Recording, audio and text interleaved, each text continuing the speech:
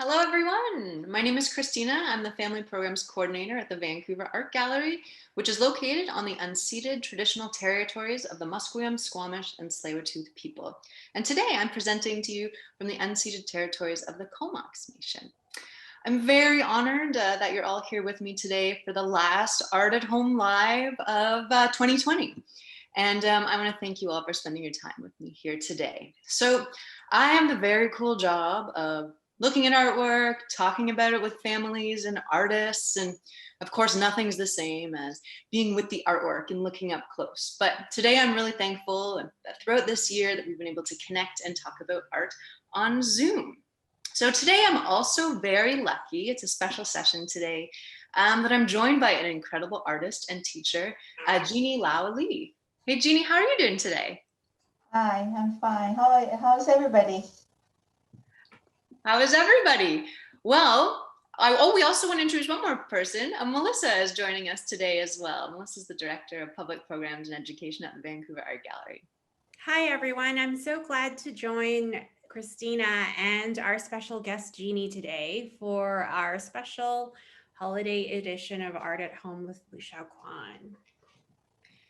So as we talked about, we're connecting through Zoom today. I don't know if everyone has used Zoom before. Jeannie asked how everyone was doing. We want to hear how everyone's doing. We want to hear your comments and ideas and suggestions throughout the whole session. You don't just want to hear me talking. That's boring. We want to hear from you. So what you can do is on your screen, there is a little button. It should be in the center of the bottom, and it says chat. So if you click on that chat button, you can see, oh, someone's already found it. Someone says, I'm good, fantastic. How's everyone else doing? You can see on the image in this screen here that it's circled in green and you can click on it. So everyone feel free to click on it. Let us know how you're doing or just say hi to everyone else joining us. We've got some thumbs up. We've got some people doing great. Fantastic. Again, we're really lucky that you want to spend your time with us here today. Hello Janet, hello Jacqueline, hello everyone. So today, we are going to look at some artworks by an artist who loved learning and teaching and expressing himself through painting. His name is Lui Shou Kwan. His works are about his knowledge of ancient Chinese painting and philosophies and ideas, but they also express his own unique mind, his act of being in the present moment and careful observation of nature. Lui Shou Kwan stressed the importance of painting from that individual mind of the artist. He said, painting starts from nature and it harmonizes with one's own personality. So we're going to talk about how we can think in those same ways today. So I don't have knowledge of ancient Chinese philosophies or ideas. My family are settlers here in Canada from Europe. But I'm so taken with these paintings. I look at them and I kind of just feel something like a sense of energy or a sense of lightness and stillness, but still bold movement. And I want to look more closely at these works and learn along with you. So Jeannie has already taught me so much about the methods of traditional Chinese ink painting and how paintings can become alive and portray this essence or this sense of energy. And like I said, there's a lifetime of learning necessary to have a deep understanding of Chinese art history, many ways of thinking and teaching as well. So my understanding of Chinese ink painting is that it's an expression of the artist's own mind. So the artist is expressing knowledge, so what's been studied, maybe what is learned in school. You can think about how you can express what you know, and what you observe in nature, how you connect to nature, your concentration, and your imagination. And in ink painting, it can express all of these things. The idea is to capture the essence, and Jeannie's going to talk to us a little bit about this too, the essence of the subject. So if you've ever heard this word before, think about it, essence. You can type your ideas in the chat of what essence means to you. It's kind of a tricky one. I had to think about, what does essence really mean? And for me, I think it means like the basic, most important quality or the nature of something. But I'd love to hear what you think of the word essence, Jeannie, and anyone else as well. Feel free to type your answers in the chat. What does essence mean to you, Jeannie? The essence is is the subject, is the inner spirit that you can say is the inner spirit of a natural nature. That's the simplest way to explain it, and it's easily understand. sometimes the word spirit is an abstract word. It's hard to describe, but yeah. It is. It's a hard thing to describe, but maybe that's why we need to look at art to understand it. Maybe we don't need words. Some people are saying the word spirit or that source. Source is a cool way to think about it too, like that inner nature, like you talked about, Jeannie. So if we take a look at this painting, the one on the left by Lui Shou Kwan, now when I looked at it, I don't know what everybody else thinks, it reminded me of a certain plant.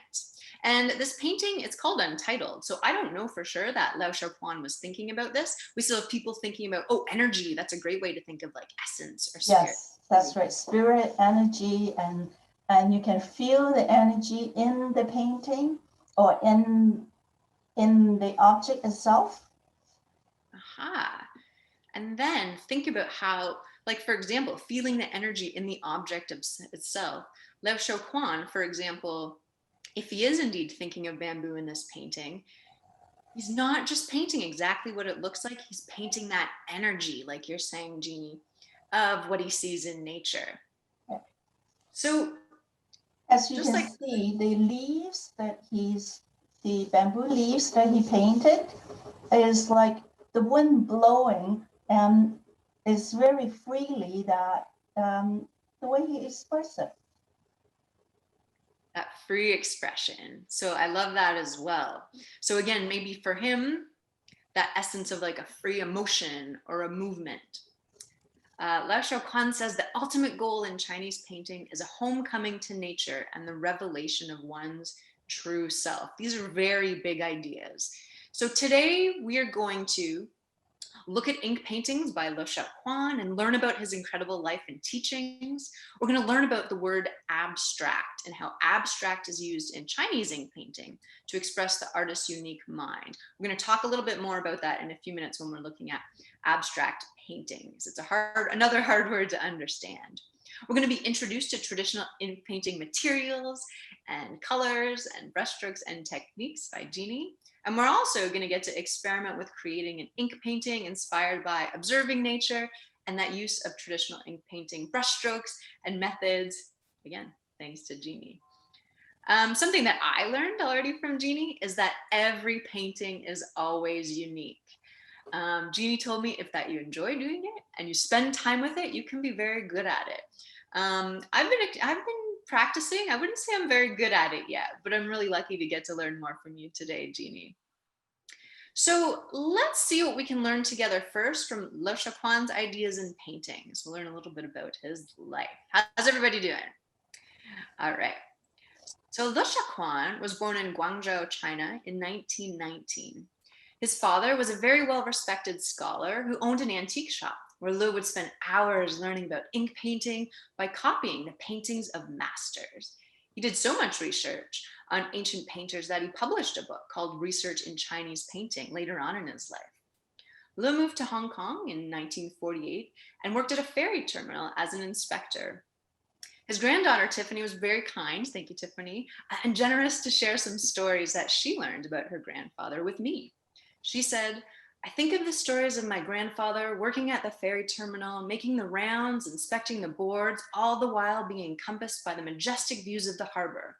And I think about the deep looking he must have done to take in the surroundings and imagine how to express what he felt and saw in his artwork. So we can think about that, the deep looking he must have done to take in the surroundings and express what he felt and saw in his artworks. I learned that Lui Shou Kwan would always carry his sketchbooks with him wherever he went. He felt that he had to sketch from life to extend what he learned from master painters. So we'll take a look at how he studied paintings by the ancient masters, but think about this too, how important that study is to him. He said to express boldly is not to paint carelessly. It requires much work to read, write, create, understand the ancients, observe changes in nature so that one can have the confidence to paint boldly. So let's take a look at what he calls, or what is referred to as, a landscape demonstration. So this is a painting that Lui Shou Kwan did And it's a study. Often in work, we call it, in art, we call it a study. It's like kind of copying or learning from another artist. And here he's recreating a painting by Juran, who was an artist almost 1,000 years before Lui Shou Kwan. He was part of the Northern Sung dynasty. So I'd like to know, Jeannie, what do you notice when you look at this painting? This painting, he's doing it very detailed, and in any study, when you're beginning, you have to know the subject and do the detail. But once you know the subject and you freely, like what he said before, you can just go and do it boldly. And this painting is, in a way, it's very traditional and it's very difficult to do.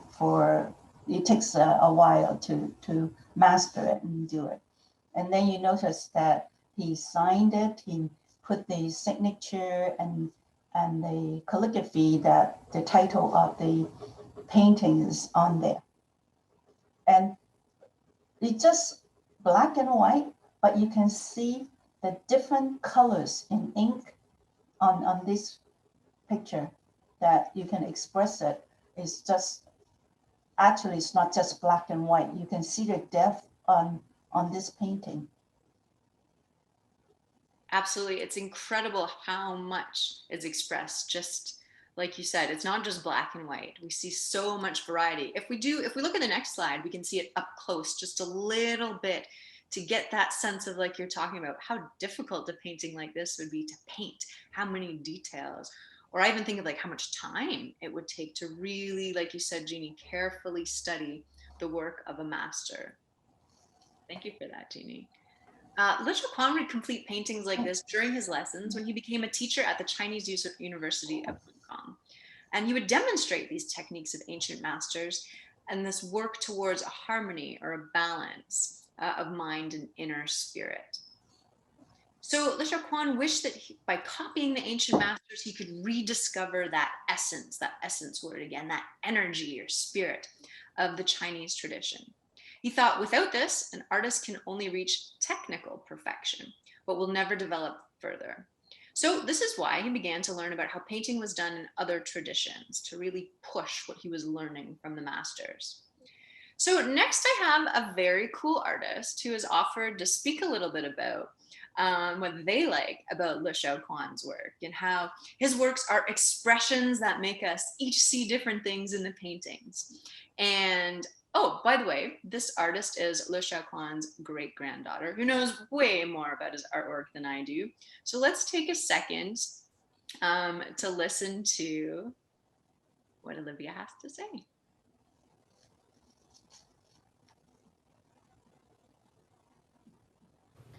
I like my great-grandfather's paintings because I recently found out he was an ink artist.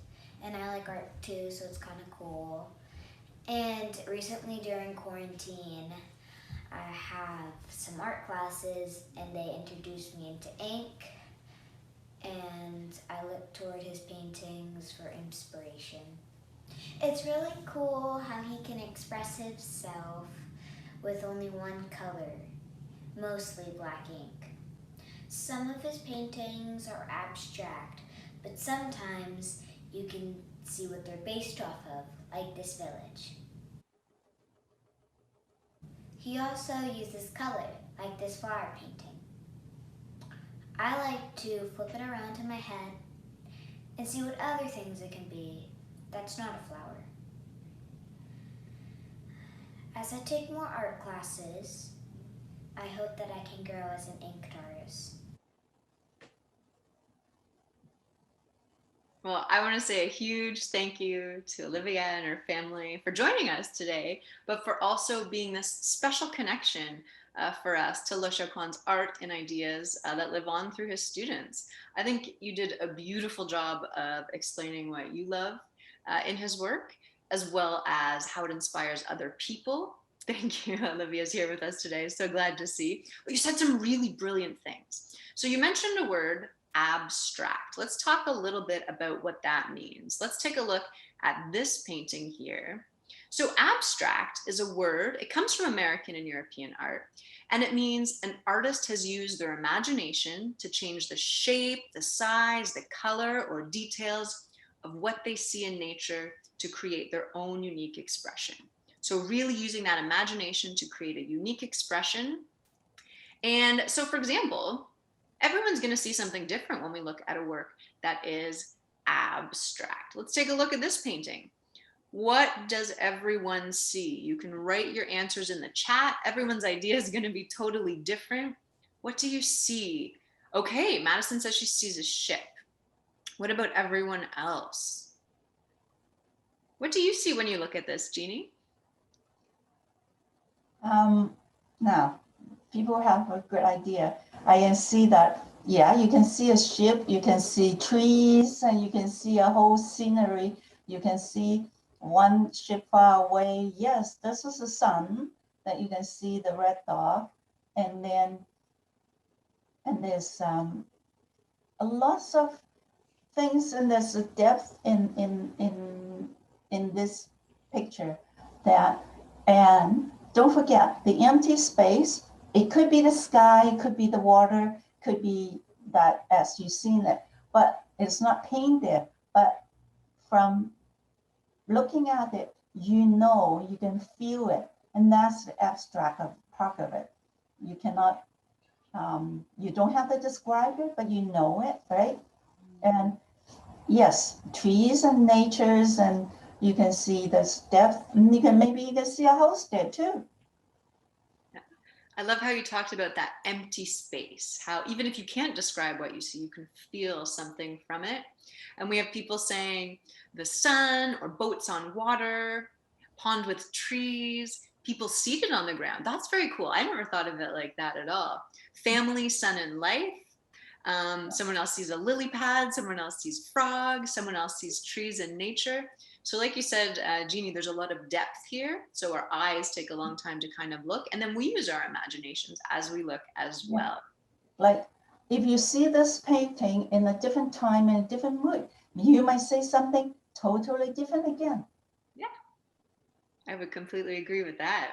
So as you can see, this is not a painting that's copied from traditional Chinese masters. Lui Shou Kwan began a new way of ink painting, which started the new ink movement.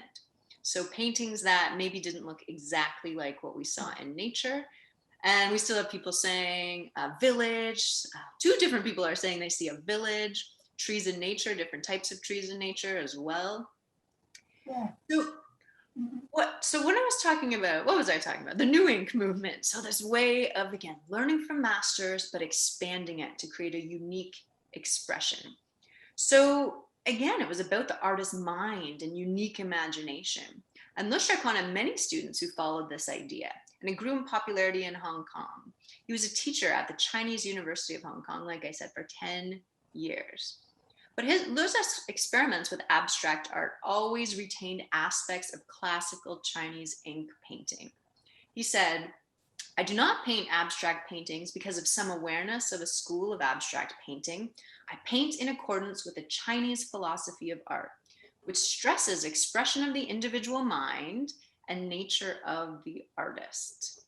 And one of Lui Shou Kwan's most famous students, Wu Shuang, said, Mr. Liu arrived in Hong Kong and learned about Western, so that means American and European culture. The thing that excited him the most was abstraction. So I can say that Mr. Liu was probably the first painter among Chinese painters to take the path of abstraction. Do you want to hear a story of how Lui Shou Kwan began to learn about abstraction? Like I said before, abstract is a word that came from Europe and America, and he's using it in a little bit of a different way. So the way he learned about it is he found this book when he moved to Hong Kong, and it was about modern American painting and sculpture. So has anyone ever had a book? Could be a notebook, could be a storybook from when you were younger. Maybe you have a book right now that you take with you everywhere and it's so precious. And think about that book. Think about, do the pages look crinkled like you've read it so many times? Do you draw in it? Do you write notes in it? Do you change what you see? So if you look at this picture, this is an image that I saw from a lecture that was done at the Vancouver Art Gallery. And you can see here how many notes, if you look at where all the red ink is, those are all just notes that Lui Shou Kwan wrote about his ideas that he was learning about American painters. Some of his notes were saying things, what he really loved, he learned. Some of his notes, he said, I don't agree with this. This isn't for me. So I was very fortunate to get to hear some of this translated into English because Lui Shou Kwan's family placed so much love and care into taking care of this journal. So I got to watch a lecture that was about how is this translated into English. So if we think, well, let's actually think about some of the notes that he said. He said, when action painting turns into training-free opportunism, painters need to return to their senses and to the painting techniques that can be grasped through training in order to tell the difference between meaningful painting and mindless acts. So that's what one of the things that he wrote right in these books. So he didn't like the idea of painting without a deep understanding of painting techniques or traditions. So for Lui Shou Kwan, making abstract art is not about mindless painting without knowledge. It's about expressing the mind and the knowledge of the artist. Because remember, he said, I paint in accordance with a Chinese philosophy of art, which stresses expression of the individual unique mind and nature of the artist. There was one Western, when I say Western, I mean a European, it could be American. This is an English artist that he really respected. And this artist's name was J.M.W. Turner. Let's take a look at one of Turner's paintings. He was known as the painter of light. And Lui Shou Kwan saw a painting by Turner in Hong Kong in 1963. So in his notes in this book, he wrote that Turner's work comes closest to meeting the Chinese requirement of capturing what I understand as a life motion or a spirit. So if you look at this painting, what does it remind you of? You can put any answers or comments in the chat. What does this remind you of? What do you think, Jeannie? What does this painting remind you of or make you think about? It's like feel to me is like a big storm, but yet you can see the excitement of all the waves and everything is moving, and looks like somebody's going to, there's a boat is in trouble drowning, but yet it seems that there is something far away that it may be coming and help. And you can see that little scout scout there too. I mean, like, yeah. So you can see. I love how you said the word, the excitement of the sea. And a lot of people are saying, similar to what you're seeing, Jeannie, a storm or mountain, sky, and water, or spray of the sea, or a shipwreck, kind of like it sounds like you were talking about, Jeannie. Or someone else is saying a storm that's just about to clear up, the rough before the calm. Well, I actually love thinking of that. Yes. That changed how I look at it, actually. And because and then this person's comments very good, because you can see the birds. There are birds there, and they are coming. That means that it is going to be calm. Very keen observation, absolutely.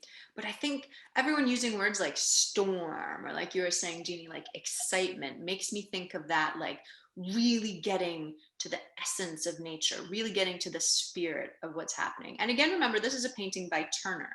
This isn't a painting by Lui Shou Kwan, but Lui Shou Kwan really liked how this artist used his brush strokes to express an energy, that energy of nature, through the touch of his brush. And you know what, Turner, he strapped himself. I've heard a story that he strapped himself to the mast, to the front of a ship, so he could really feel that spirit or essence or energy of the storm, so then he could paint it. So Lui Shou Kwan liked that component of an artist who's painting in a very different tradition. So there's also a really important aspect of Lui Shou Kwan's work, or actually let's take a look at a painting that is by Lui Shou Kwan compared to a painting by Turner. If we go back just one slide, just so we can look really quickly, if we look on the right, this is a painting by Lui Shou Kwan that he did, I believe, about 2 or 3 years after he saw this work by Turner. So this he calls experiments. But if we think about all of those words that we were talking about, the energy or the storm, even the calm before the storm and seeing some light, we could see how maybe Lui Shou Kwan might be excited by some of these ideas and be practicing them in his own work. This isn't necessarily the exact painting by Turner that Lui Shou Kwan saw, but again, it was about showing that energy that a painter can capture. So let's also think about how Chinese abstract art it's actually about a traditional Chinese art language. I know it as the word calligraphy, and it's also combined with Buddhist practices and ideas. We're going to talk about that in a few minutes. So the act of painting, it's not just about the lines and shapes, but also about the artist's personality, beliefs, knowledge, and the act of being in the moment while making art. I don't know, can anyone here read Chinese characters? I cannot myself, but I'm very lucky. Sometimes you don't have to understand the characters, and you see some of the words is like a painting itself, right? Somebody can read it, that's good. Some of the words here is not an easy words. Some of them are very easier, but you can see there is the strokes are, it could be varies, could be different for any characters. So would I understand that to mean, Jeannie, does that mean the artist is also using a self-expression as the characters are being painted as well? Yes, at the sometimes that how they have not all the characters are unique, same size or same. Some of them you have space in between. You have a link. You have a longer stroke that carry downwards, and then you have a stroke that carries sideways. That is not necessary as you read or as you as the word printed on paper. So it is it express the characters by writing it slightly that in a different way, that to have his own expression. Yeah, I can, sorry to cut in here. I can express some experience as well. Just because I learned Chinese calligraphy when I was young. I think also just adding to what Jeannie was saying, often when you learn Chinese calligraphy, your identity or your expression or your style is expressed in the maybe the thickness of the way that you write a particular character, or perhaps the thinness. And characters are pictograms. So for example, just picking a random one here, this means Ming, but on the one side you have the sun, and then on the other side you have the moon. So together it makes a different word, but separately it makes separate character words as well. And sometimes the fatness of the way you decide to stroke particular brush strokes can be a part of the character that that is interesting with aesthetic qualities as well. Is that kind of what you were saying too, Jeannie? Yes. And it's very good that you pick that word. And then when you think of the sun and things to the moon, what do you feel? Sun, brightness during the day, and the moon is brightness during the night. So the whole word means that bright. That's right. Thank you. That's so lovely to get to hear different experiences. And thank you, Melissa, for sharing that. I didn't know any of that. This is why it's so great to do art at home. I get to learn so many people's experiences and things that they have learned that they're generous to share with me. So thank you for sharing so generously with everyone here today. All I can do is say that I know a little bit about what this is translated in English to. I don't know about the characters exactly themselves. I do love what you're both saying about expressing your identity, whether it's the thickness or thinness of the stroke, always expressing the unique mind of the artist. A little bit of this says, while grounded in the shape, the spirit shifts and changes along with one's heart. One spirit soars in the sight of autumn clouds, and one mind breaks free at the feel of spring breezes. It originates from the brilliance of nature, and it perfects in the efforts of the creator. This is what distinguishes, makes the difference between Chinese painting of the mind from Western painting of the eyes. So again, it always comes back to the painting expressing the mind of the personality and the self of the person. Thank you both so much for sharing. So let's take a look at another painting. Often Lui Shou Kwan includes calligraphy right into his paintings. I think Jeannie's going to share a little bit about that as well. So if we look at this next painting, can you find the calligraphy in this painting? How it becomes part of the painting. You see how the water that is, and with the water, the ink, how it combines it with the painting, the expression, and the writing of the calligraphy. It makes a part of the painting, and you can see, I don't know how you can see it, the calligraphy on the bottom. It could be anything. Could be like some trees, bushes, or something altogether is different that, but it becomes part of the painting itself. So even where the calligraphy has been placed has been really considered as it becomes part of the painting as well. I have a question in the chat here that is about the materials used, and someone is asking, saying that the brush is very hard. And Jeannie, you might be able to help us with that. Do you know if you can soak it in water to soften the brush? Yes. We're going to talk about brushes very soon. And then we'll talk about the paint, the brushes a little later on. Yes. Sure. Well, we can even do that right now. I mean, it's really great to get to look at, if you take a minute to look at all of the different brush strokes in this painting. Sure. Let's talk about the brushes first. Yeah. So what do you notice, Jeannie? Okay. I know in another painting you mentioned how we see like the dark and the light tones as well. Yeah. Okay. Somebody said the brush is very stiff. Yes.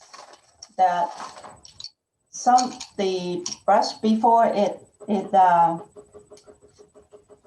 start is very hard. So this one is brand new one. So it's very hard. And then what you do is soak it in water. So I'm soaking it in the water here and let it be. Okay, then it will get softened as takes a little while. Okay, we use these brushes that are different kind of brushes that we use. That normally is about four different kind of brush. The one I just soaked this one's too hot. This is a white one. Normally these are sheep hair or goat hair. That depending, they're a lot softer than. Okay, this one is brown, very brown, and is wolf hair, and it's a little stiffer than this the sheep's hair or the goat hair. So it depending what you use it for. You use the soft one to paint soft stuff like flower petals, that you use this softer hair that it will express it on the paper. And then you can use this one. This one is actually I call it all purpose. A lot of times I use the wolf hair for almost anything on everything. And there's another kind is between the two of them is a combination of sheep hair and the wolf hair.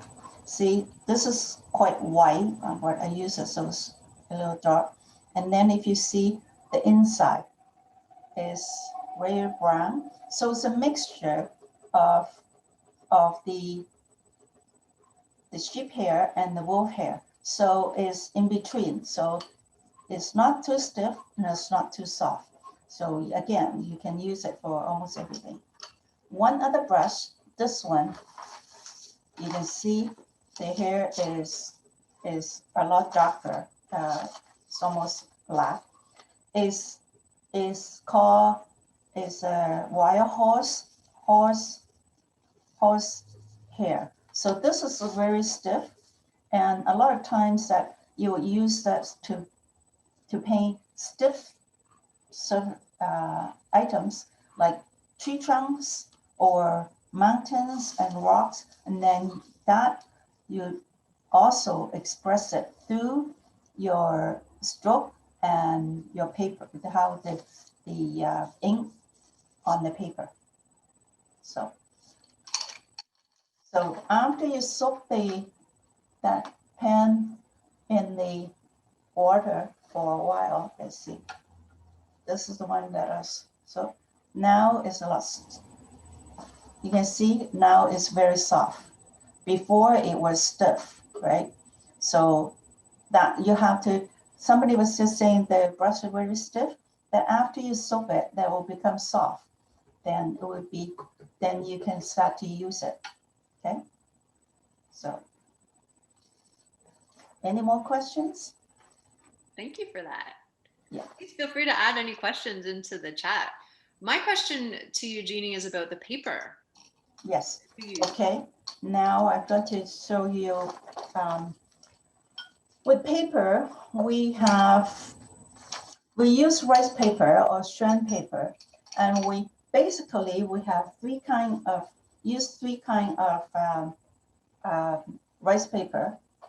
That the normal one that we use is the more raw rice paper, raw strand paper. Sunshine is raw, and the water absorbs very fast in this raw paper, and then it mixes it with the paper, have a very unique feature that when the ink and the color and the water on the paper that it shows. And then one other kind we call it is cooked rice paper. The cooked rice paper, the absorbency of the water, to the water is it's not as absorbed as the raw paper. So normally we'll use this one, the cooked paper, for more refined subjects like portraits that we very use in that will use the cooked rice paper. Maybe I can show you a little bit. Okay, I use a little bit water. Maybe it's hard to see, so I can use a little bit of ink.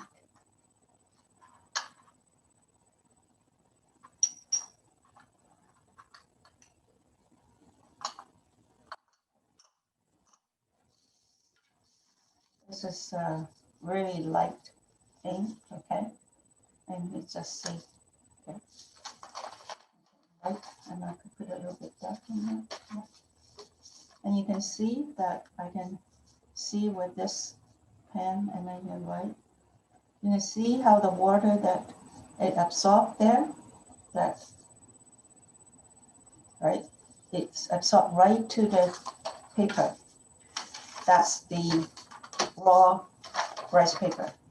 If I put it in this is the cooked rice paper, and if I put, see, on it,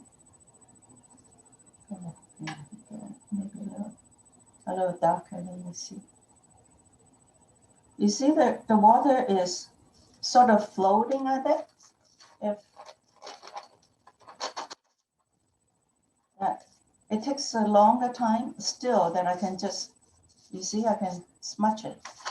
When I put it in here, then no, I cannot put it out. But in here, the water is still floating on here, that I could just wipe a bit off and then move them. But So that's the difference between the two different rice paper. This is the cooked one, and this is the raw one. And depending how you use it, there's another two type of painting style we call more meticulous 拱鼻 就是 is you do more fine detail in it, and this is more like a freehand style that you use the raw rice paper. So, and we do have one that is in between and is less as solid as the raw rice paper, but is a lot more absorbent than the cooked rice paper. So that's okay. Now can I go back to show the strokes, or I can show the stroke later? Sure, I think that's fantastic. If everyone wants to get their own brushes ready, someone was asking about the type of paper we can use today. I don't have rice paper myself at home. Today we're experimenting and learning and warming up how we can use our brush and learn a little bit about brush strokes. I think it's really great to learn about materials that you use, Jeannie. But I think for everyone else, whatever you have, see, I'm just using a brush that I bought at the store. It's nothing too special. You'll probably see the effect in my artwork. It's not going to be quite the same as Jeannie's, but if you like, what we can do now is we can think about the different brush strokes. Something I loved that I learned from you, Jeannie, is about the way to hold the brush and kind of the motion of the brush. So I don't know if you'd like to share a little bit about that, and everyone else, what I'm going to do and what you can do as well. I'm going to get my brush a little bit wet, and I'm going to start to experiment with some brush strokes as we learn along with Jeannie. Okay. Now, we hold our brush slightly different. We hold our brush is different than what we holding a pencil. We can hold it this way, then write it this way. Or we can do more commonly, we do it this way and then use this, do it like this, the two, and then use this to hold on to it so we can control the pen better. One of the reasons that why we do it this way, we'll hold the pen so we have more movement, then we can have more movement than you can see, we can do and more movements for the, if you using like a pencil, you don't have the free movement as holding it this way. So you can hold it this way, that you can go, you can do differently, okay? Now, after you learn to hold it, then we have different, we call different strokes. We're going perpendicularly, or we call the vertical stroke. And a lot of writing that we do, we use the vertical stroke, that we can do straight lines and then thin, and then you can do thick, right? And depending on the pressure that you use on the brush and how to, you can push it down and you can just use a tip to do it thin slide, thin strokes, and then you can do big horizontal strokes, and you can do slanted strokes, okay?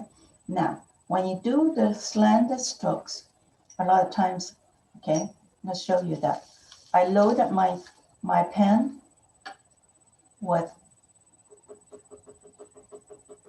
light ink and then loaded with dark ink. So I have light and dark in my brush. And what we can do is what we call, this is a side stroke, okay? A slanted stroke. So what we shuffle instead, so what you do is you slanted your pen and then you go that way. or this way.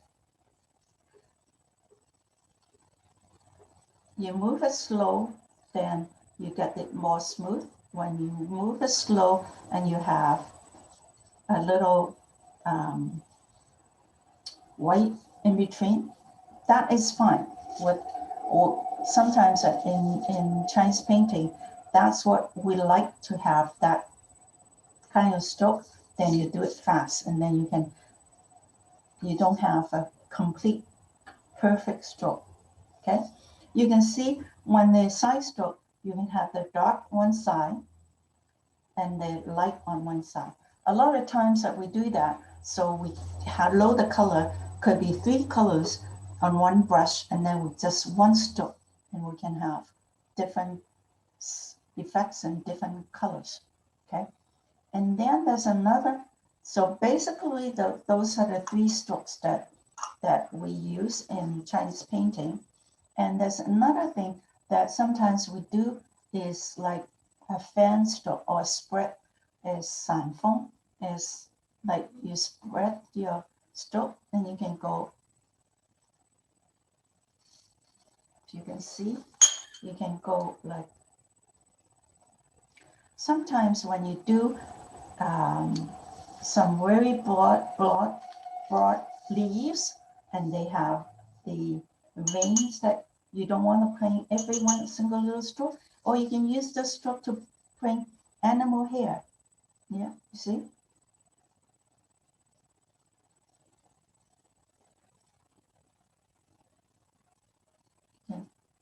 Yeah. So you can use, like, for when you're painting a cat, that could be the cat's hair, or could be painting a person, and you can use that hair. That's a stroke. Or you can do, yeah, like leaves, right? So you can, this is that basically after you learn holding your pen properly to use it and whatever you like, and then after you master it, the strokes, you can almost create anything that you like with your imagination. Okay. Okay. Thank you for that, Jeannie. Yeah. Everyone can see my strokes don't look anything like Jeannie's, but I was practicing the way of holding the brush. I don't think I quite have it yet, but practice. Very good. You did a good job there. Well, thank you. I appreciate it. How's everyone else's practice going? I also, Anybody try? did everyone else try? Hopefully you got a chance to try. I really liked that variety of brushstrokes that you show. Someone's asking, do you always work with your whole arm, or do you just use your wrist, Jeannie? That's a good question. A lot of times, no, I don't use it just with my whole, just the wrist, and then if you just use your wrist, you can see it's limited, right? So a lot of times I use the whole arm, but then a lot of people at the beginning have problem that if you're using your whole arm and holding it, you cannot make a straight line, maybe, right? You can, when you're holding it with your arm that hold, then you have a problem. Oh, okay. If you practice, you can do it straight line. But one other thing sometimes that people do, you can see other painters do, is that because to hold that steadiness, you can put your hand here, put your arm here, your hand, you move it this way. You almost move your whole body. Then you could see. Can you see that? You can just hold on to it. And that way, you never press your, okay. If I want it to be fatter, the stroke is, so I can do it this way, and you just go down like this, and it's almost even, like here, right? So I won't go, I go here, and then, like that would be some, if you want stroke set to be even, sometimes you do this, and then, or this way, then you can do, it's a lot easier than you won't afraid. And that was a good question. And sometimes rather than, I don't know if you can see, you can put your elbow like this, and then you could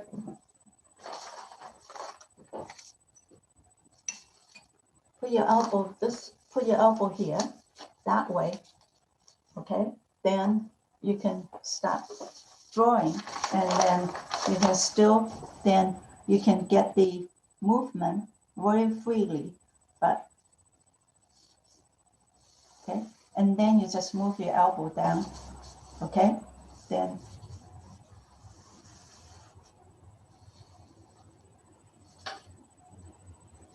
that was a good question that asked, because that's sometimes is that's the trick beginners that have to learn that. Okay, a side stroke, and then I can just go.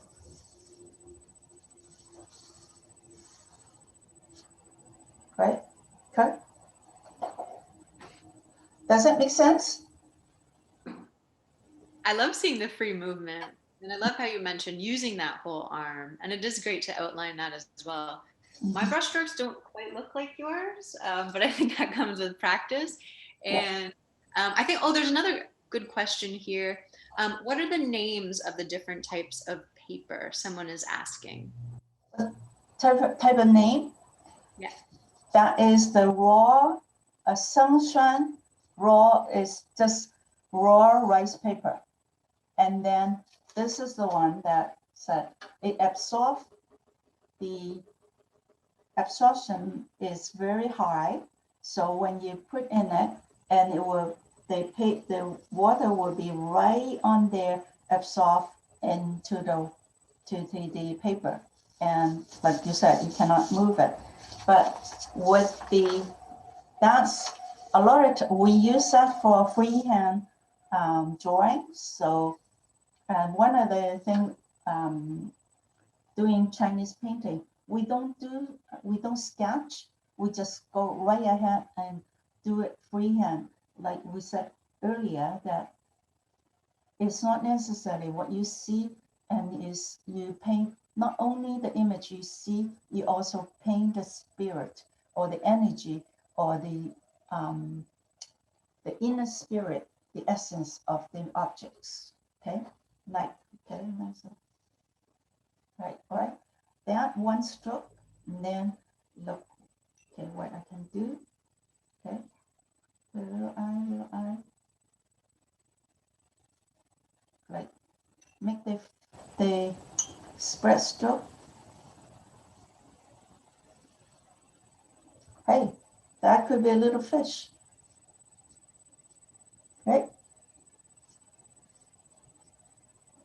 Someone in the chat said, you really have to stay in the moment when you paint that way. That's a great comment. I found that even just with practice. That's right. So as okay, this is the raw rice paper, Sengshuan. Okay. Again, this is the cooked one, and look, I can do the same thing, but look, the water really doesn't really blends in the paper. There's still water on top. I can just look, I can smudge it, right? So that is, so we use this, the cooked rice paper or Shou Kwan is for more meticulously in character. We're paint portraits and all that. Okay, I'll show you. I don't know if you can see. This is this painting I did. That's what I used the rice paper, because look at the details of the hair and the eye, and so this one I use the cooked rice paper, Shou Kwan. Okay, and then the other kind, like I don't have one here. Oh no, I do have one here. Okay.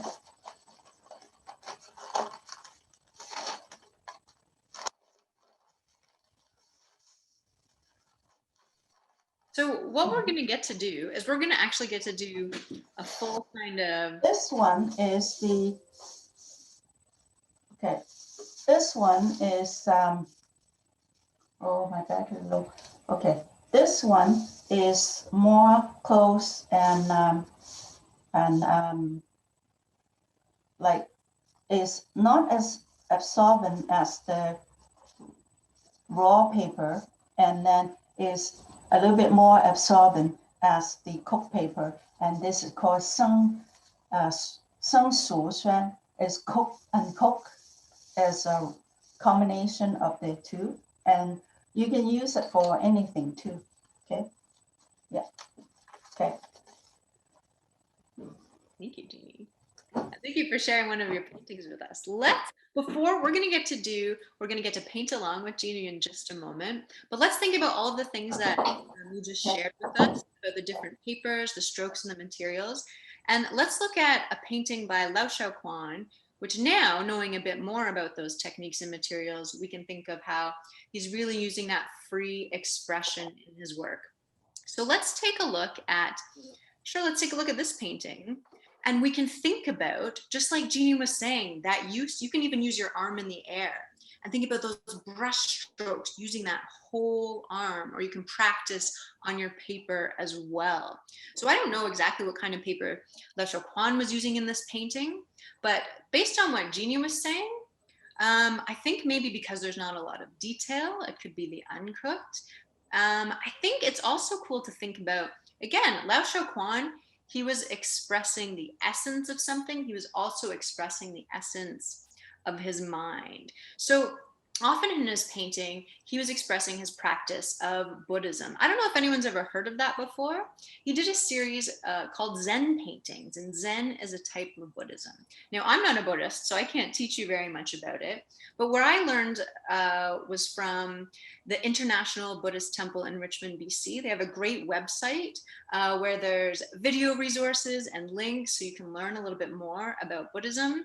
There's many, many, many different Buddhist teachings as well. The International Buddhist Temple in Richmond was from two practitioners from Hong Kong who wanted to incorporate a Chinese Buddhist temple here in BC. But when I think about my understanding of what Zen Buddhism means, it's about the act of being in the present moment and connecting the mind to nature, that most powerful force. And I think so many of the comments here have really been about that today. Just like someone mentioned, you really have to be in the moment to practice those strokes and to get those effects like Jeannie was talking about. And if you look at, I don't know if you can find a red dot in this painting. In a lot of his paintings, we can see a red dot. And that red dot, it's a Buddhist symbol, actually. I don't know if anyone can find it. So that red dot was actually a symbol of the lotus flower.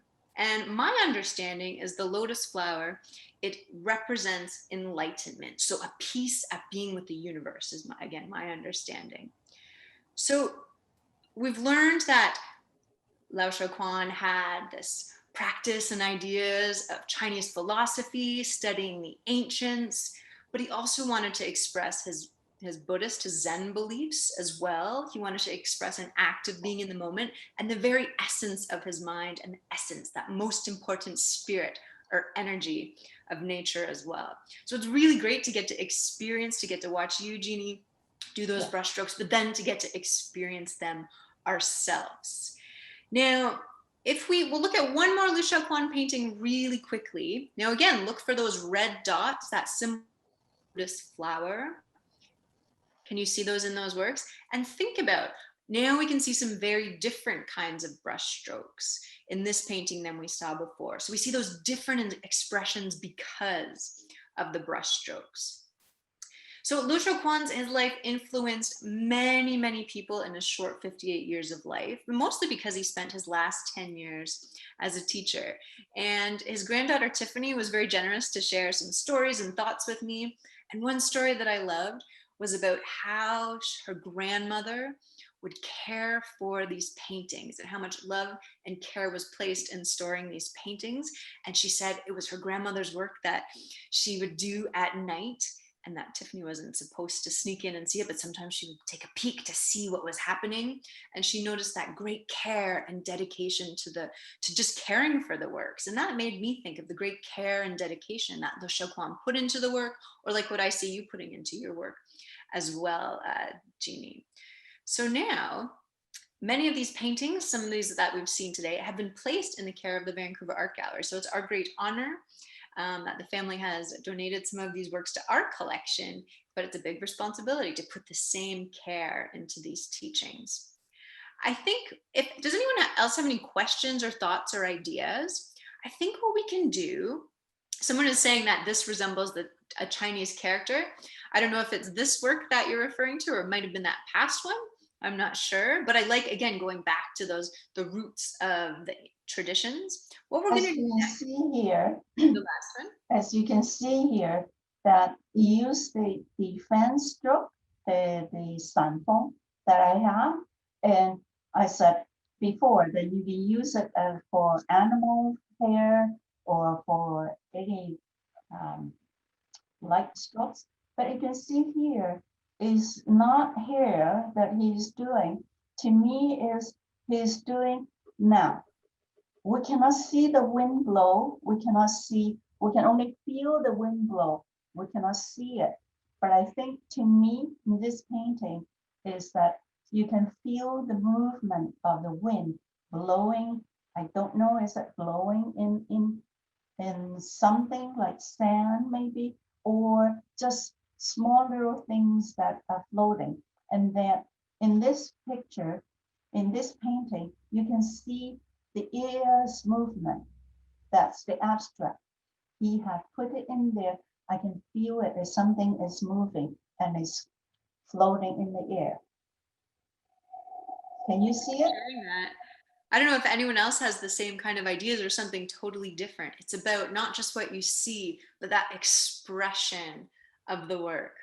Now I'm wondering if maybe what the one Jeannie, before, would you like? The person said it looks like a character. In a way, it does. Yeah. Aha. So again, a word, a character, a Chinese character. Right. Thank you. What do you think, Jeannie? Shall we move on to painting along with you? And you can show us how you express something that you've observed in nature. Maybe we'll look at some pictures that you've sent. Okay. Take a look. Thank you so much for sharing. Thank you, everyone, for your thoughts and ideas. If we go to the next slides, maybe we'll go to the next one. Yeah. And the one after that. So this is Lui Shou Kwan's. We saw this one already. Yeah. Let's take a look at this slide. And Jeannie is going to share with us how she can capture the essence of nature. In this case, I'll go back to the first one with the leaves. Now, okay, you see how the leaves are. This actually the leaves that I took it off from a branch of bamboo. Okay, you can see the bamboo. Okay, go to the next slide, please. Yeah, this is how that. Take a look at the bamboo, and that's. I don't know if anybody have seen a bamboo for the first time, or have they seen it before. Now you can now that you know the structure and how the bamboo looks like now, because now we remember it in our mind, and we're going to paint it. We'll go along and we're going to paint it. This the bamboo, that how not just what we see, and we see how we feel about the bamboos. Okay, now I'm going to do the. You guys are ready? You get a paper and a pen and some color. If you have, then let's do the painting. All right, I'm ready. I hope everyone else is. Ready? Everybody ready? Get their pen, the brush, and okay, I need some ink.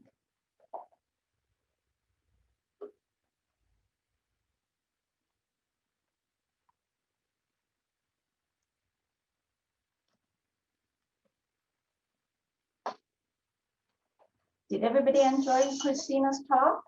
Did everybody enjoy seeing the paintings? And okay.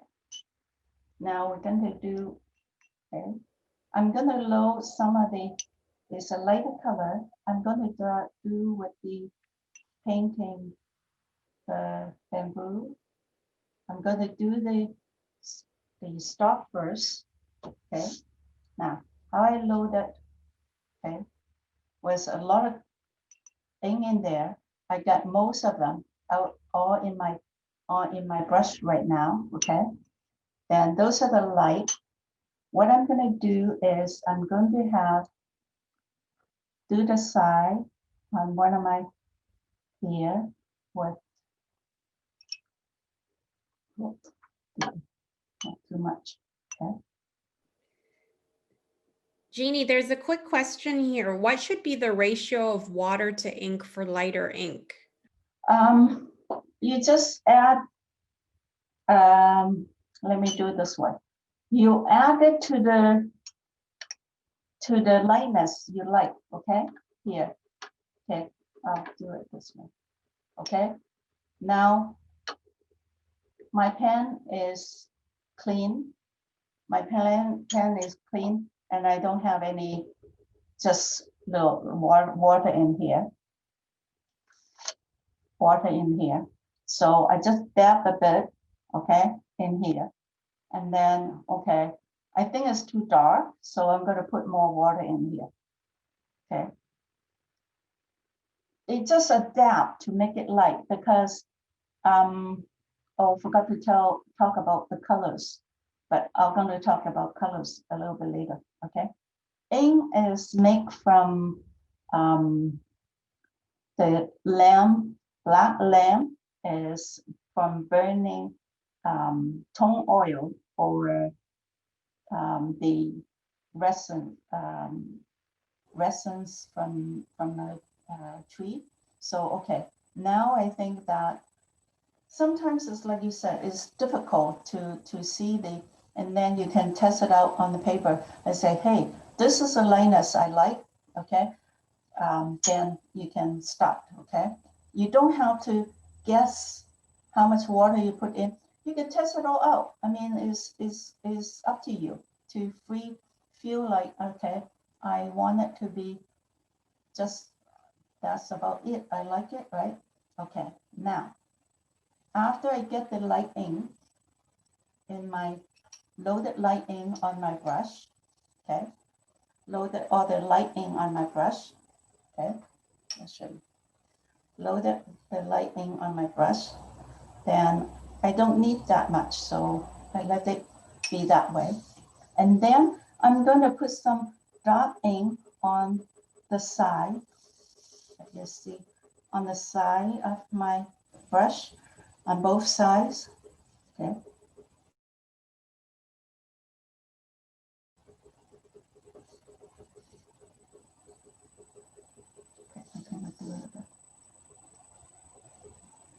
Okay. Then I'm going to do the stalk or the branch of the bamboo. Okay. We'll start with Zhongfeng, and then we're going to just go and do it. And always that when you paint, you're not necessarily paint within the paper. A lot of times your thought and your mind is beyond. So what I do is I start it outside of my paper. Okay, another thing, the sandpaper, rice paper is both sides. There's a smooth side and a rough side. I paint on the, most of the time I paint on the smooth side. That's the, okay. So now that I have loaded in the paint, so I'm gonna do the vertical stroke. Okay, we're gonna start from here.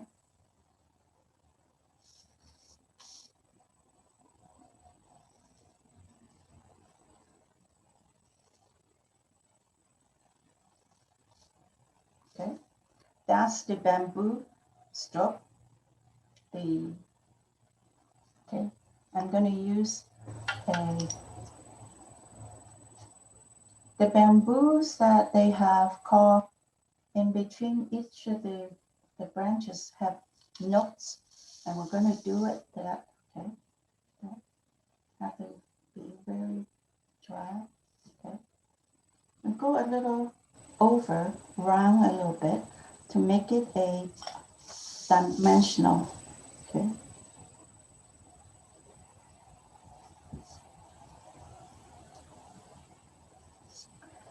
I don't know if you can see that my size is a little darker on the side, is darker than the center.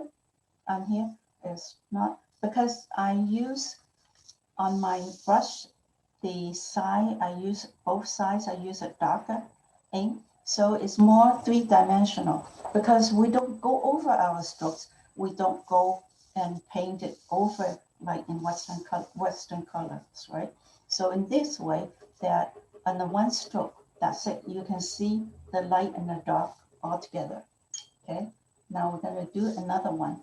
I'm going to do this one. I'm going to do it a lighter color, not as dark as.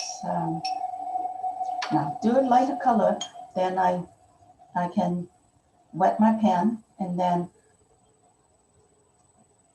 get a little that the light ink I have. I can just the paint. My brush is wet, and I get, because my brush is got water loaded in there. So I'm gonna just touch the side here, then I would get it lighter than even this color. Okay, I'm gonna do another branch. Okay, we're gonna here.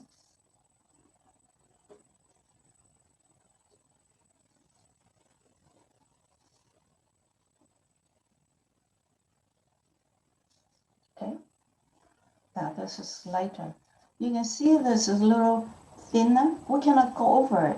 Okay, I purposely make it that way because, and a lot of people say, oh, I'm gonna go over it. No, you don't have to, you don't go over it. But however, you can add to it. See, now that this stroke is, right? So that's perfectly okay, but you don't go over the same stroke, okay? Now that's, again, this, you need the. Jeannie, there's another question. Are you washing your brushes in between each tree stalk? Yes, I do wash it because, and then I want to get, because if you don't wash it, this stroke is darker, right? Than this one.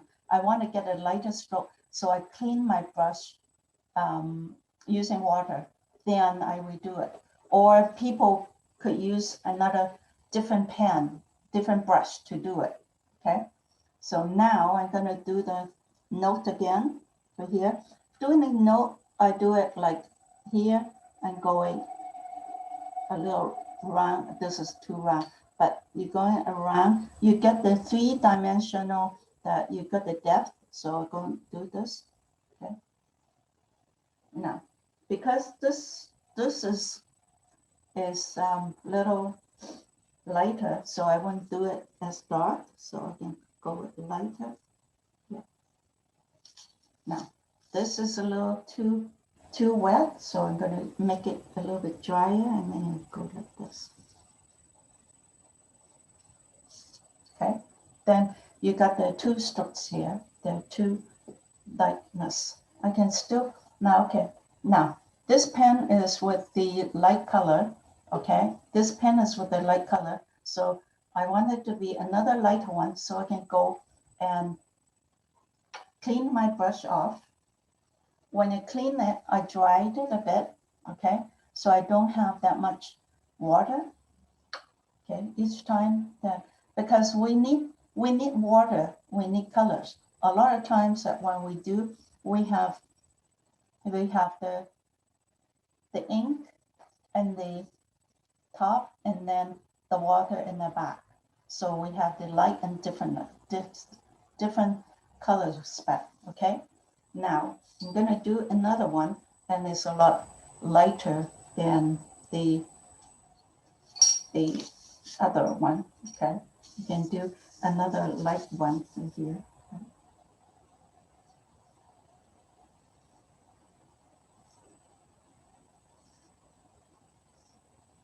Okay, or do another.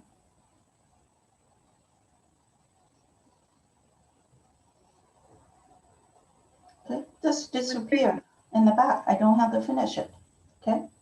One other thing that sometimes that doing this, one thing note is that then the notes in between in the bush and the bamboo, we don't want the knots to be in together, so we do the knots a little different, and we don't want to line them up. Okay, there. So we did all that the branches that we see in the picture, right?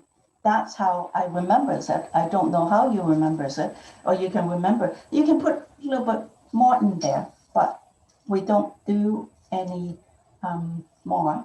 Now, each of they have, like the ones that you see, we would do small branches coming out from the note, okay? So Now, before we do the branches, Jeannie, someone was asking to go over that stroke to use the stalk. Did that answer the question? She just did one more of those stalks to add. Hopefully that answers your question to go over the stroke as we move to the next stroke. Feel free to let us know. Yes. So Yes. you don't go over the stroke, but you can add to it. Is that what you mean? And then like, okay, say, okay, we don't go over our stroke. People said you when you're doing Chinese painting, you cannot make a mistake. Well, I don't like to say that way. Yes, you cannot go over the same stroke as in Western color, because Western color that you can go and do the stroke. One like this one, I do the light and the dark and all in one stroke. And I don't go over, I don't put the all color on it. There are times that maybe I put dots in here to make it that if it's a old tree, old bamboo, then you might have spots. Then I could add spot to it, but I don't go over it for the same stroke. Okay, like on this one, you cannot see very well. I don't want to go over the stroke because it gets thinner, so I add the stroke to it to correct it that way. So in a way, it's just like in the beginning, people have a tendency, oh, I don't make it right, so I'm going to make it right. Don't worry that you can just make it right anyway. So there's don't worry about don't correcting yourself. Just feel free and go ahead and do whatever you want. Okay, then you just have to be, that you just be free and do like what you want to do. Does that answer the question? Or I think so. Yeah, I think it was just that extra stroke over the nodes. yeah, okay. So now we're going to do small branches, okay? This is my main one. This is the main one that I have here, my main branch, right? So, and these are the ones lighter on the background, and it's just also like I'm focused on here. So now I'm gonna do the branches as we see on the other pictures, right? When we do the branches coming out from here, okay, remember all these branches will coming out the node will never come over from here, okay? So then what we do is, okay, there are strokes. There are people ask me to go that way or that way, and which way? Whichever way you feel comfortable, okay? There's no one size that have to go from top to bottom or bottom to top. And a lot of times I actually tell people is like how you write the V, you go down and then up that way. But you can, okay, then I can go it from here to here. But I say, oh, I worry that I might not meet here. Then you can go from there. There's your branches that going to there. Okay. Then there's not just one and then you can more, right? So you can, and then here you can do another one that goes up here. Right. So there's your branches, and then and you see, we always say that we don't go from here and another branch to here because it doesn't look good. But you see it also in the photo that this one goes here, that normally this one doesn't grow, and then you grow one from here. Okay. Right. So that's okay. Now I'm focused on just the main one. Okay. Now I'm going to do okay. When you do the bamboo, as majority is your practice, is your zhongfeng and is your vertical stroke. Now we're going to load our pen with dark ink. I'm going to put a little bit more ink to here because I would need quite a bit of ink to do the branches. Okay. If I don't want the brush to be too wet, I don't have to load that much of water in it. So just dark ink. Mainly it's just, I'm doing it, I cannot see that. I'm just loading my pen with ink, okay? Then, okay. Doing the leaves, okay. Now, the bamboo leaves, actually it's very easy. Everybody have ride a bicycle, right? So the movement is like you're riding the bicycle. You go that, and goes down from the air, you go down and then up, go down and up, right? Going down and up. So that's your stroke that you can do. So it grows again in these branches, okay? So we go from here, okay, like going like the branch, okay? This way, we're going a little sideways, but still the same movement on the side. And, okay, if you're having trouble, turn your paper so you can go the same stroke, okay? And you go, right, okay? Now, because the variety, how the leaves turn, so they have different width and different length. So you can just do it shorter stroke, like you ride your bicycle faster and you ride your bicycle slower, okay? And then this one is, I'm gonna do it a little, like that is a little slanted, a little bit, the paper, the stroke. And then, okay, I have another one that come up from here too. See, that's, you have the stroke, okay? Now, then I could have another one that, okay, we have not just, we have another branch that come in from here. Then I can have another leaves that coming from here. So I can do another stroke again.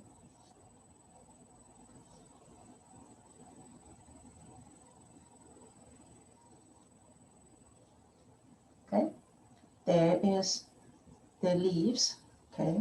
And okay, I have another one coming from over here.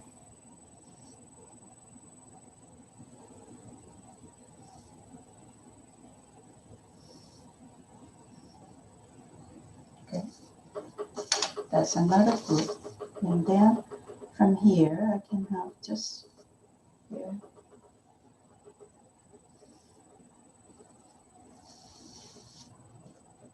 Now, I didn't like it. It's too even here, so I can add another from here. There's, I imagine it from the here that I have another branch that's growing here. Then I can start doing another one, okay? Now remember the bicycle, riding the bicycle up and down, okay? So just, oops, I made a mistake. I put a dot here, but don't worry, that could be anything because my bicycle ride that I dropped something there, but that's okay. Don't worry about it, okay? So I can do another stroke.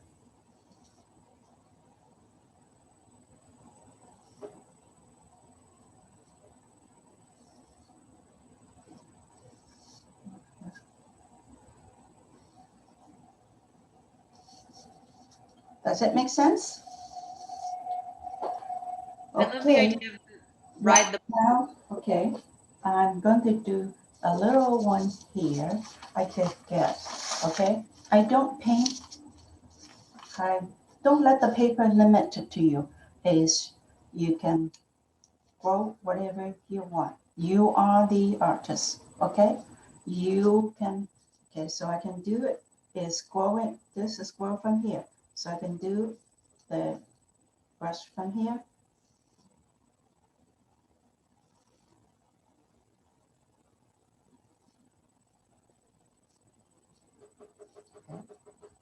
And then do, see? Then you see, then it comes very natural that they have the brushes there, okay? Now this stuff, okay.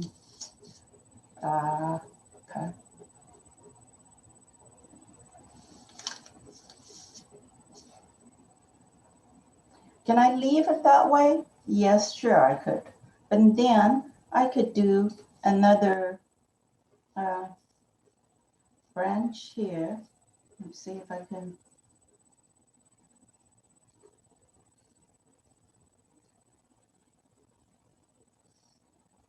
I can just cover it, okay?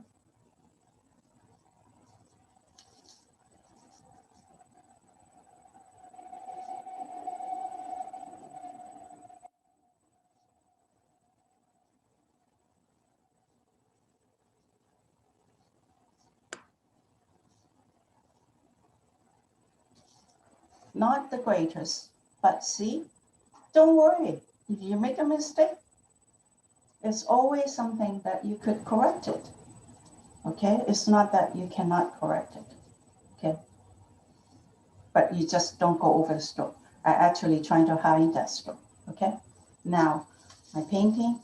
Okay, now there are more leaves that are you can see, and actually there's some more that I can wash. The leaves that behind, so I can do using a lighter. Now I go get my lighter ink again from here, okay? But I don't want it too wet, so because it's too watery, so I just see how get some of the color back down, okay? Or you can just dry a bit, okay? Then I can do this branch here. I can do.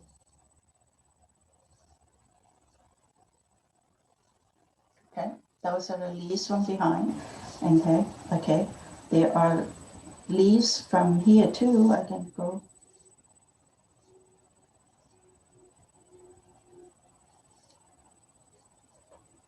See, okay. Then here we go. That okay. We don't want to paint anymore. But and then I said, okay, because I didn't have a little here, another branch. We won't go in here, so then I go and branch in here. And, okay.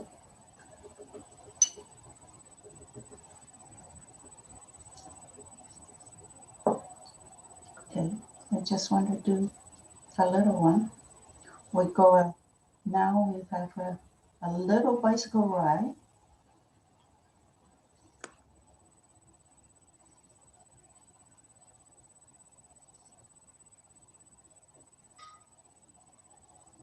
Yeah, that's it. Okay, now my painting is finished. Then I'm going to write my name, okay, and sign it. You can, if you want to, you can do a poem here if you want to, but my calligraphy actually is not that great. So normally I said, no, I'm just going to sign my painting and then put the seal on, okay? Now, as you can see that you don't want to paint too much of it. You have to have this empty space to let your energy, let your eye look at it, have a more soothing effect on it, and you want the chi or the energy that in the empty space, so you don't fill the whole painting with more leaves or more branches. Also, that's another thing. If you fill it, especially with black ink, that will be too much, right? And then will be clouded in the painting. And then the empty space is that it is and then represent a little bit more peace and calm. So here I'm going to sign my name right. I don't want to be same as here, so either higher than it or lower than it. So I'm going to sign it right here.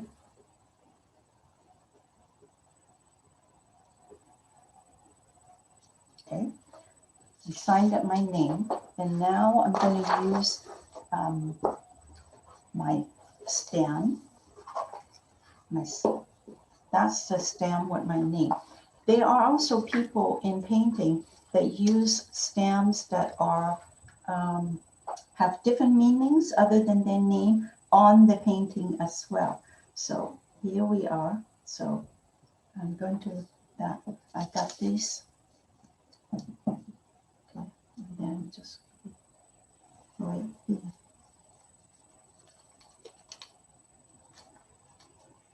That is now with my name on it. So now we talk about that. Okay, we didn't talk about so, and then normally we would mount it and then put it in frame. Okay, I just want to show you.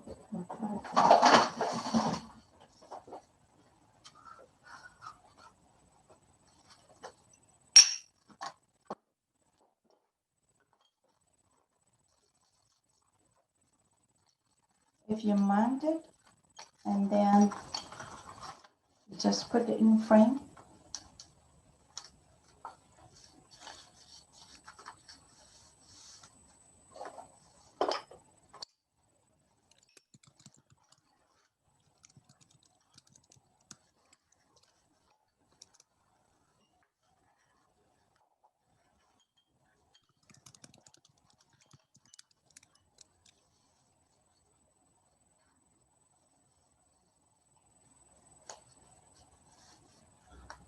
Can you see how the painting is finished? How it looks?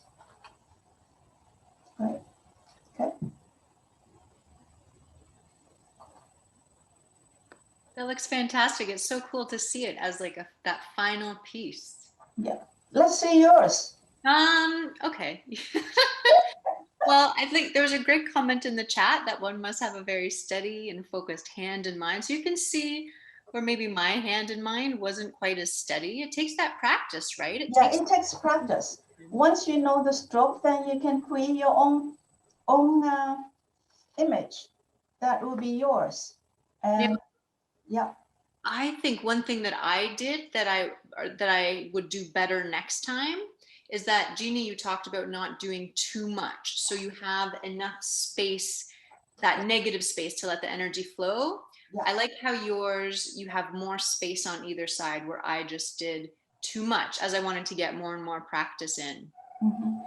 So I feel like I'm not getting that same flow of energy in this, but I'm just learning. And it was really cool to get to learn along That's with. good. What does Sometimes everybody else do? yeah, and sometimes that we have, besides the empty state, emptiness, we also have the ones that are more clutter here, and then we do something that's away from the clutter. So is another, every painting have a, we'll call together and away, so it makes a harmony in the painting, and you don't, I just try to make harmony, how you feel in the, how you feel in painting. Sometimes, like I said, riding the bicycle, you can have a different speed in doing it. Like you can do different speeds and different, like listening is just like music.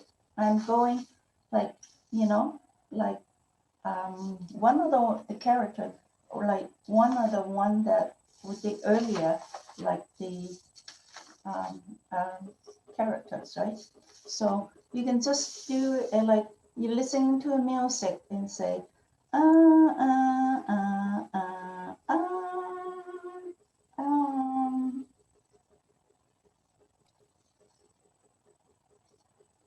right, right. You can do it like you doing like music, and then you just go do it. This is actually characters resembling the character of long life in Chinese characters, Chinese writing. Okay, and then you can do your bamboo strokes. You can do your bamboo strokes like you say, hey, I'm going for a quick ride. I'm going for a longer ride. I'm slower than, right? You just, there's your bamboo leaves, right? And then you can just, okay, I can do another one here. Go, right? And then sometimes the thing is that not every stroke is same width, not every stroke is the same length. Then there you got it, right? So, and basically in the leaves, it's just make up of the two strokes, 1, 2, and then 1, 2, just different stroke, different way, right? So now that I have one here, and then I can just easily add them to it.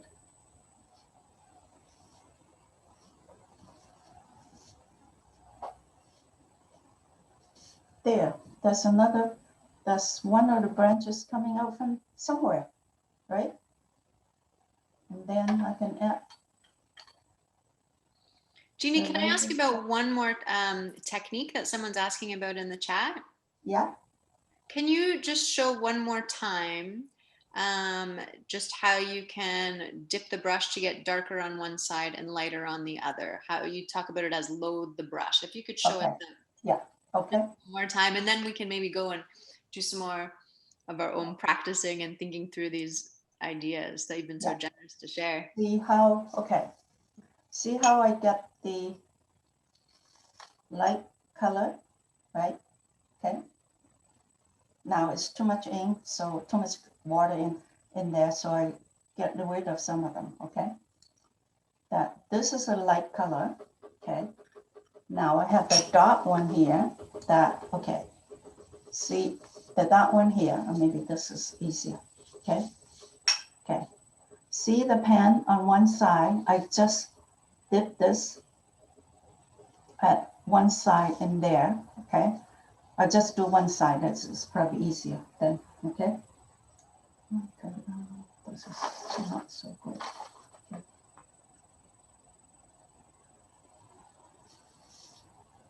Okay, let's see. Okay. Okay, watch. Okay, then I'm going to start from here.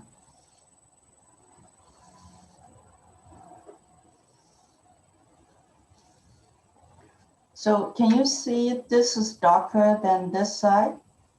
This is darker than this side.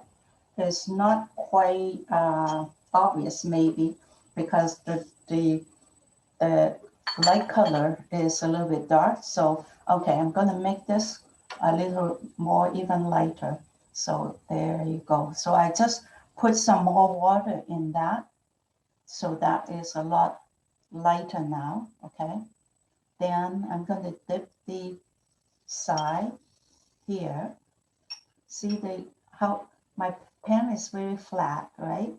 So I just do the one side at, can you see that? I just do the one side, okay? See this is very dark in here. So this is the edge, okay? I put a little bit here, that, okay? And I do the other side, but I'm not gonna do that side because it's the same side that I do. So I do it this way, right? Okay. Then, okay. So it's just getting that tiny bit of Yes. dark. Yeah, on the okay. tip of the brush. Now I'm gonna do it, start from here. Maybe I'll do it from here. Okay. Okay, I'll do it from here, okay.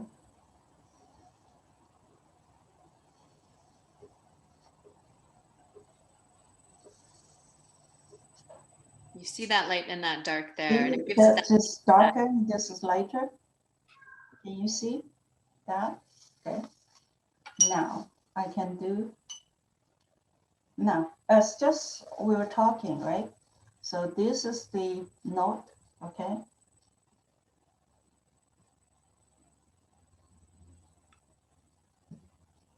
Like a lot of times we very emphasize, and then you go like this, and then sometimes it's go down and then up, because and then it doesn't complete, and there's no need to, okay? So you can, okay, down and then just up, and, okay, yeah, go.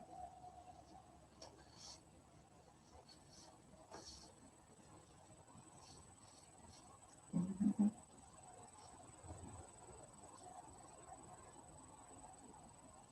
Thank you so much, Jeannie, for responding to all the questions, Yeah. for sharing so Okay. generously about all the different techniques. We really appreciate that. Okay. Now, Now, I'm wondering, Jeannie, if anyone would like to do some lessons, would it be possible for people, everyone that's in the session, I've emailed. If you'd like to learn more about Jeannie's work or connect with Jeannie, is it okay maybe if people email me, yes, connect them to you? yeah, I would love to. I Yeah. think there's so much to learn. I know I've learned so much as well today. Yeah. I think it's really fantastic to have this opportunity of an artist and teacher with us. Now, as just I was talking, there you go. That just, it becomes another painting by, you know, so you get another painting that is different, right? So it's just that as your question asked, and I just put it, so it's really free, and you can, once you learn the strokes, you can know the effect on the water and the paper and the flexible of your brush.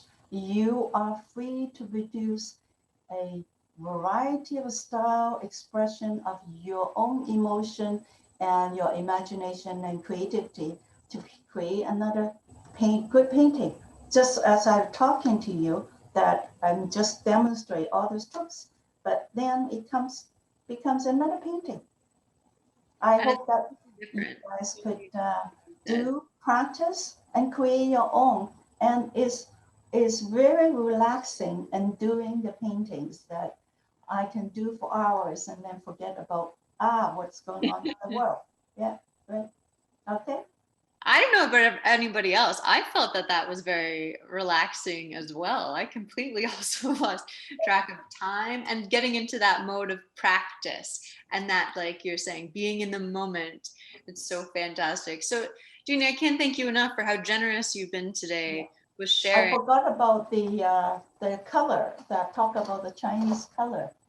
That the Chinese colors are all made with minerals and derived from plants and minerals, so they never run after they got because we have the net one wet mounted. I was just going to show that part too. But anyway, we ran out of time. We wish to have more time and we can do more. Well, how about, like I said, if anyone does want to connect with you, you have my email. Feel free to reach out to me, and I can connect you as well. Yes. But I do want to make sure that I say thank you again to everyone who has made today's session possible, to make all of the art at homes that we've done so far in 2020 possible. Again, a thanks to you, Jeannie. I want to say a huge thank you to Olivia and your family for making that cool connection today, for Tiffany for sharing your stories about your grandfather. I want to also thank our partner, Canada Life, who's made Art at Home possible this year. I want to thank Melissa, who's been on every Art at Home session with us this year to make it possible. Sometimes in the background, sometimes like today, it was so cool to get to hear your insight and experience, Melissa. I also want to thank Greer, she does a lot of the promotion work and the behind the scenes work that I can't do in these sessions. So we want to thank you all for making this possible. I also want to say one more thank you to my family and my best friend, Ian, who has supported me in doing art at home and all of my ideas and mess that I make to make this a year that we can still connect to art, connect to each other through art. I think today has been an excellent example of that, but the biggest thankful is to everyone who's joined us today and throughout the whole year. So thanks is to you. Again, feel free to email me and connect you with Jeannie, or if you have questions, suggestions, idea, feedback, please, you have my email, feel free to reach out. And you can check the Vancouver Art Gallery website as well for more upcoming programming that we'll be doing in the new year with our family programs. So thank you so much. I have something quickly to say because Greer reminded me. If you have been doing your own calligraphy session during this session, please, if you are uploading it on social media, tag us on Van Art Gallery on Instagram. Yes, I would like to see them too. If you have practiced it and see how it looks. That I'm enjoying the session. I hope you do too. And thank you very much. Thank you so much, Jeannie. Thank you. Thank you. Bye, everyone. Bye. Merry Christmas. Happy holidays. Happy holidays.